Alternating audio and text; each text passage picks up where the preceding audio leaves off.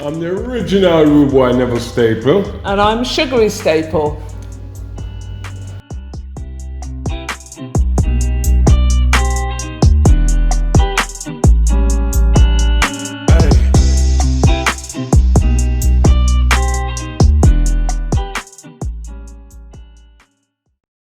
So we've got some questions that have been sent along to us, and we're going to try and answer them as best we can. All right? As best as we can. It's not an essay. It's not an exam. Okay, all right. Okay, so we've been asked to tell a little bit about our windrush stories. So, over to you, Neville. Okay. What I do remember, at the age of 5 years old, came to England, didn't know I was coming to England. I was taken from my mother, thinking I was going to Kingston. That's what we were told. Didn't know we was coming here at all. So them days, there's a lot of kids used to come to England thinking they're going to town from the country. Came to England. I found it kind of really strange because coming back from Jamaica and coming over to England, I just found it strange. I remember you saying it was really cold. Oh yeah, that's what I think. That's why you're always cold, Yeah. even now, all these years on. That's right. When I first came as well, first time I saw snow, and I thought, oh, that's nice. Then I started playing with it. Then somehow, I went back in the house, trying to warm my hands up because it started feeling cold. I never felt cold before. So I put it up against a fire, a coal fire, to warm my hands. Silly me, not knowing, I got chilblains. He was always trouble. Oh. Thank you. So your dad was already here, wasn't he? He'd already come on an earlier windrush. Yes, he did. And he was already here working at a cement factory in Rugby. Yeah, he was working Rugby Cement Works. And it's quite weird really because we didn't used to have stuff like big factories where we came from up in the country. So it's kind of weird, my dad working at this big factory, Rugby Cement. Yeah, and that's where you settled into school and stuff. Yeah, the school went to, which was quite not funny, but I never seen any white folks before, apart from one white family that used to live in Jamaica. So anyway, he was an offspring from a slave trader, wasn't he? That's right. His dad or his dad's dad was a slave trader, and they used to live up by us in the mountains. Anyway, going back to the school, I came to, I came to Rugby, went to the first junior school, never seen any white people as much as I did. I mean, like you said, in Jamaica it was just a one. So anyway, I was at school, there's blonde hair, I've never seen blonde hair before, so there used to be these girls and boys, but particularly this girl who used to sit in front of me, used to play with her hair, because I thought it was all so fascinating. You know? Yeah, so my story is different to Neville's. The same year Neville left Jamaica to travel over to Rugby, to his dad he'd not met before and stuff. That same year, my dad travelled from Barbados. We've also got a Jamaican dad in our family, but the Barbados dad, he travelled over to work for London Transport. He said that they were trying everything to gather people from the Caribbean to come and do those jobs. I think there was a shortage after the war and that kind of thing. Yeah. So he came, originally worked on the buses in London. He later went to London Underground and became a train driver and a train guard, and he spent many years doing that. And then I was born in '68, so 8 years later after he'd come, he married my mother. So I've got a mixed heritage background. We've also got, as I say, Jamaican in the family, which is why I'm always drawn to Jamaica and Jamaicans. Well, this one anyway.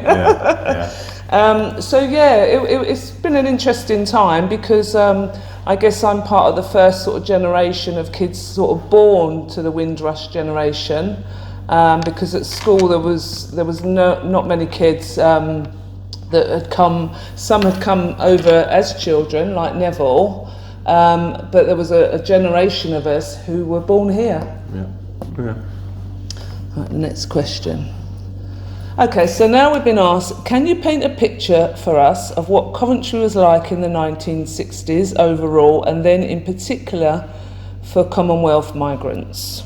Well, in 1960, I was in Rugby, so I guess it would have been the same in Coventry. Not really, because Coventry, Rugby was a small little town. So as to say Coventry in the 60s, I can only talk about Rugby's in the 60s, and it was a nice community, mixed community, black, white, Asian, all different type of nationality. But to mention Coventry, I wasn't in Coventry in the 60s, but I knew people from Coventry, and I used to hear a lot of stories, but it was quite different. I suppose you came later in the 60s though, when you was a teenager. You started travelling around with your cousin on the sound system. Yeah, well that... So you probably came to Coventry the later 60s when you were a teenager, didn't you? I think it would have been that, yeah, because I used to travel around with my cousin, like you say, and for a sound system. So coming out of Rugby and just driving around Coventry, Birmingham, it was quite interesting for me really, because I was just used to little old Rugby. Yeah, and me with the 60s, I was in London, I wasn't in Coventry, so the only time Coventry was ever mentioned was when you were sent to Coventry, which wasn't necessarily a good thing. It used to have this negative thing about being sent to Coventry, meant you were being sent to sort of no hope land. I don't know why that ever came about, because once I moved to Coventry I realised it's an amazing place. I still don't know why they said that. I don't, because I think it was to do with all the Blitz bombings and stuff, maybe. Yeah. I did look at it once, but I can't remember what the story was behind it, but I think Coventry's a great place actually. Very diverse. It reminded me of Hackney where I grew up. Very diverse, everyone mixes together. A lot of integration. Well, I loved it. I came straight from Rugby into Coventry. And you've never left? No. Well, apart from a 9-year career in the US, touring Coventry's always been your home, isn't it? Yeah. Always, still is, both our home now. All right, so this question is, do you or how do you think the city's attitude has changed towards immigrants and migrant workers? Neville? Right, okay.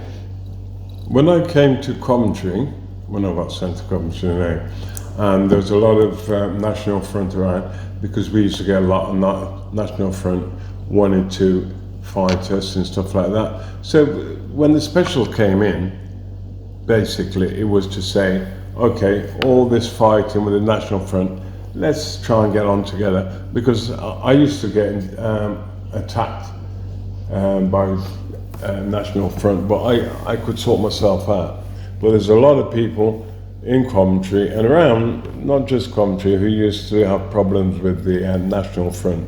So as that, when the specials got together, I think it kind of helped a little bit. Yeah, it must have done, because we had the same thing in London. As I say, Hackney was very diverse, but there were times in the 60s, and I hear stories from my mum and other family members, and my dad, before he died, God rest his soul, we heard stories where it used to say no blacks, and sometimes they'd say coloureds, no dogs and no Irish. I saw that. Yeah, so I think there was a massive change, but in the 70s we did have that as well. It was very diverse in Hackney, but we did have a lot of National Front and people like that talking about, go back home. And But to be honest, what are you talking about? When I first came, like I said, I came to England, although I was young, we used to see on the windows no dogs, no Irish, and no blacks. Yeah, so you even saw that as a kid? I saw that when I was a young kid. Yeah, I think I was just a bit young at the time to even realise the impact of such comments and statements on windows, doors, hotels, everywhere, lots of places.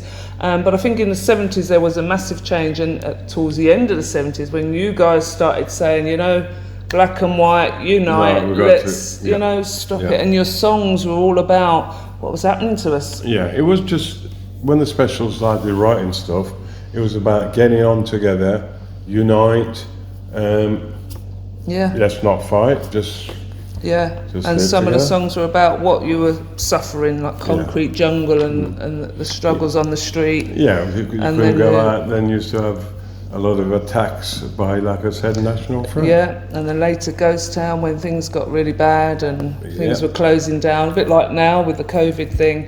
So yeah, I mean, we tuned into your stuff. As you know, you were my pin-up until we met 30 years later, and you fell in love with me. There you go, she's Chased me everywhere. It did.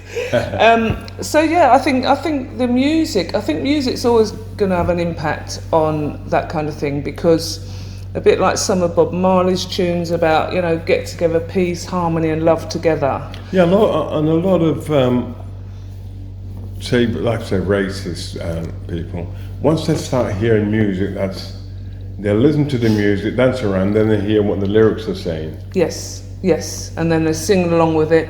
And we saw the difference in the club scene, you know, and gigs where people were getting together, and you'd see a whole mixed crowd, and I think that was absolutely brilliant.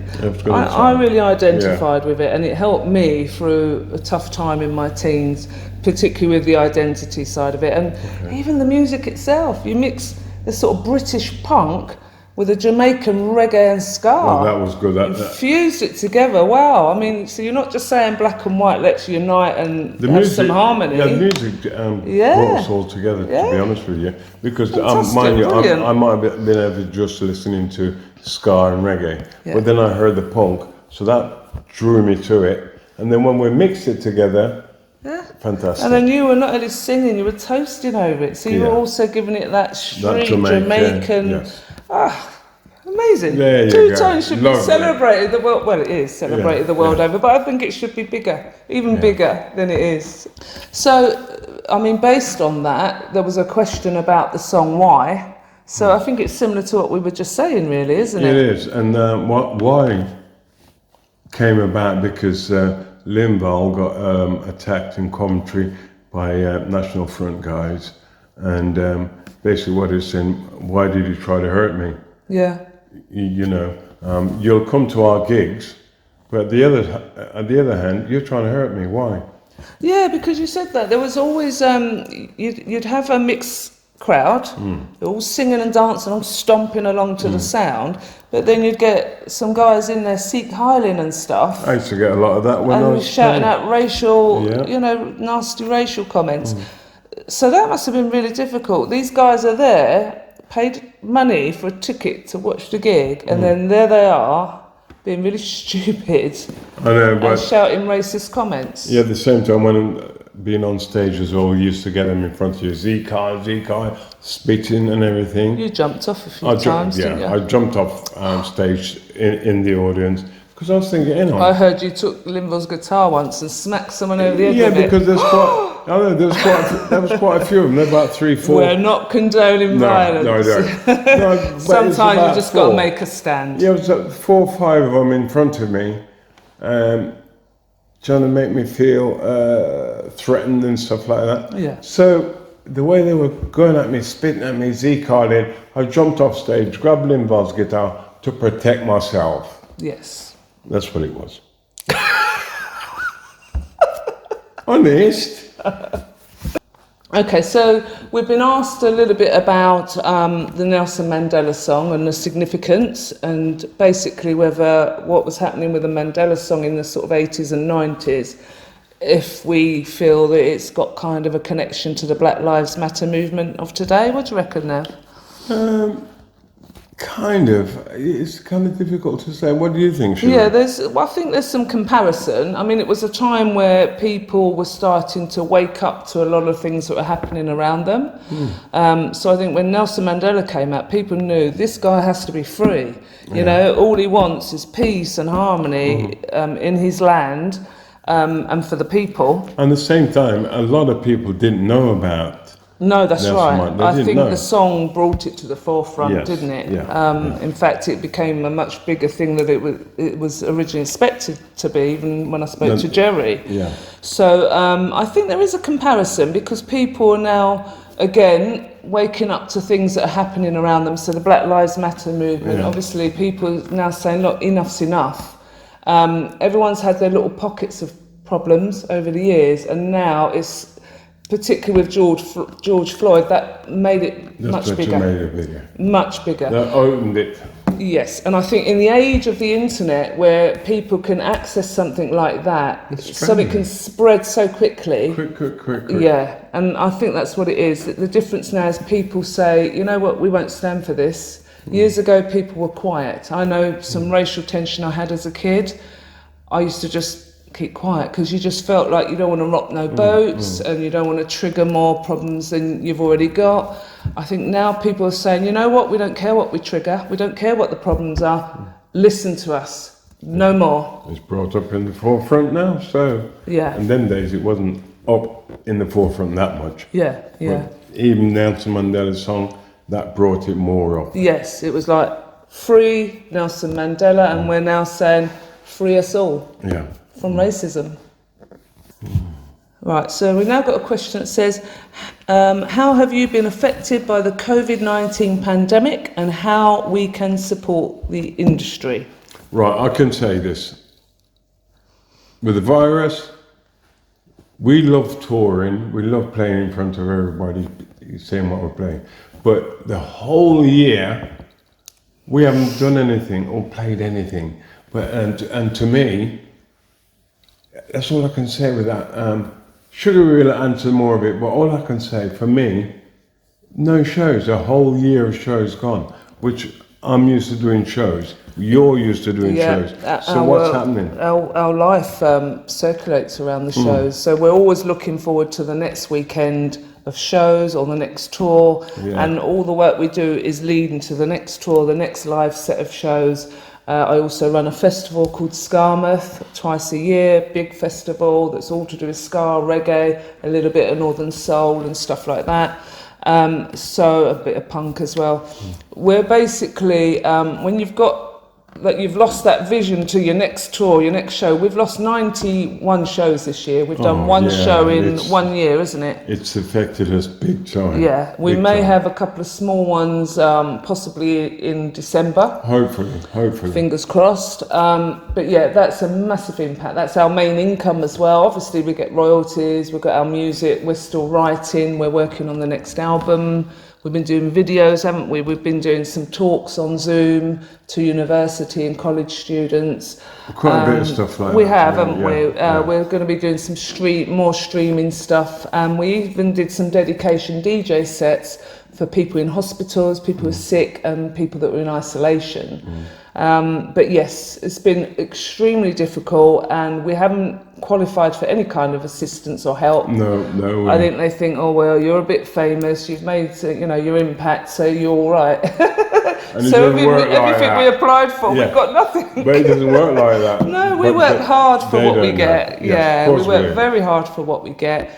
And when whoever you are, whether you're someone who earns £50 a week on some sort of little part-time job, or if you're someone who earns 10 grand a month, you earn what you earn, you live your life around what you earn. So when that suddenly is cut off and you've got nothing coming in, that's going to have an impact, whoever you are, wherever you are. Big impact, big. And venues are struggling too. You've got you've got the staff, you've got sound engineers and equipment people and lighting engineers, the clubs, the bars. All of those are normally on either zero contracts or they're freelancers. It's affecting a lot of people. So a bit like us, we're kind of self-employed and we've also got a limited company. But again, they're struggling. It's affecting a lot of people, musicians. So it's really, really tough. And I would say the way to support an industry like that is if you're fans of somebody or you've got local musicians in your area, support them, buy their music, stream them, listen to them. If they do get a little show or something, try and go along, buy some tickets, or buy tickets for family or friends to go along. Yeah, that's a good idea. Yeah, the best way to support any artist at the moment is to buy their wares, buy their merch, buy their T-shirts if they've got any, CDs. Yeah, that's the best way to support them. Yes. I mean, it's the arts, isn't it? Yeah. And venues as well. Book them. Yeah. If they're venues that normally do live shows, but they're also available for little parties or other things, book them. Try and keep them going. Keep an eye out in your own area, because once you lose them, they won't come back. Trust me. Okay, so this next question says, the primary aim of this web series is education and discussion to help reduce stigma and prejudice. Bearing this in mind, what do you think we can do as a community and as individuals to help stop the spread of racist ideas and rhetoric, especially for a small town like Bedworth? Bedworth. To be honest with you, we can only educate people the way, I don't want to say how the special's done it, but we were not preaching, but we're showing what was happening at the time. Music's a good way. Music is a good way to get people together in racial harmony. I think something like what we do a lot of talks, schools, colleges, even universities. So I think getting people in, plus, make it part of the lessons. Plus as well, we've done young offenders. We've been young offenders as well. Yeah. But I think if you get people into the schools to have a chat and let it be part of the curriculum, let Black history be part of the curriculum, Black and Asian history in the UK. And that would help. Yeah, there's so much history that's missing. It should be, I don't even think it should be necessarily Black History Month. Black history that's part of Britain should just be part of history and history lessons. The fact that we have to do it as a separate thing to highlight it in itself shows that there's a problem. It should be done in schools. It should be. In schools they should.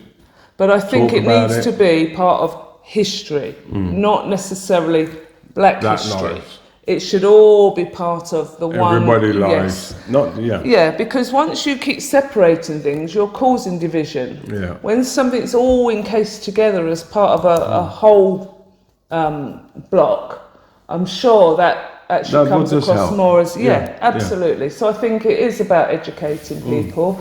I think mixing groups up more as well, stop so much segregation, because there's still a lot of that segregation stuff goes on. And maybe even when you see some of these very racist groups sort of rearing their head in your location, go and talk to them, go and get involved, see what they're up to. Try and change their mind. People do listen. Whether they take notice or not is another thing, but we can all try. They will listen. And like I say, we'll try. Yeah. Or you try. Yeah, and events as well. Multicultural events where everybody gets an equal part in that event. I think that's great as well. Okay, all right. So the final question is, finally, how far do you think we've come in your lifetime in Coventry and surrounding areas with stomping out racism, and how much further do you think we have to go? Well, we have not stomped out, but racism is a little bit more quiet than it used to be growing up. So to say it's not as much as it used to be.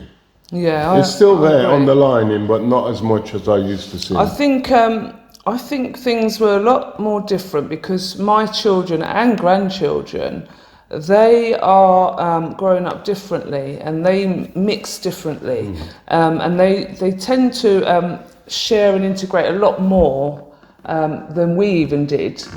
But what I would say is, since the Black Lives Matter thing came to the forefront again with the George Floyd situation and the pulling down of the statue and stuff like that in Bristol, which was very symbolic, by the way. I think it has brought out a rush of racist attitudes again. I think for some reason, a lot of people don't understand it. A lot of white people don't understand it. I've even got family in the white side of my family who don't understand it, and I've had to talk to them and educate them to what the Black Lives Matter actually means. I know you're going to have discussion with them. Yeah. So I think that's part of the problem, because suddenly it's in the forefront, it's out there. So it's brought about some underground racists out to the front. I think there's quite a lot on the ground. Yes, and they come out, don't they, when they feel threatened in some way, and it's trying to make them see that this is not a threat to you. This is us asking again for equality. We're saying, yes, of course, we mean all lives matter, but at the moment, it's Black Lives Matter that need to be dealt with. Yeah. This is the issue of the day. This is the issue that needs addressing. And I suppose if it said Black Lives Matter 2, with TOO at the end, maybe in their mind they wouldn't be so confused by it all. Because I think that's what's confusing a lot of white folks, racist folks, because you're just saying Black Lives Matter. Yes. So they're saying, you just mean just blacks. Yes. But it's not, it's everybody lives matter. But like you say, they need to... maybe put TOO at the end. We shouldn't have to do that. But what I'm saying is sometimes you have to do things that are slightly different to what you're doing in order to make the masses understand, take it on board what you're saying, and listen and help.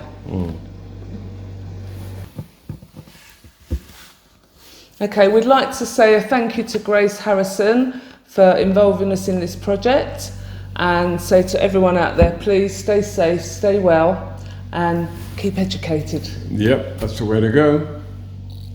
Yeah. What more can we say? Bye for now. Bye.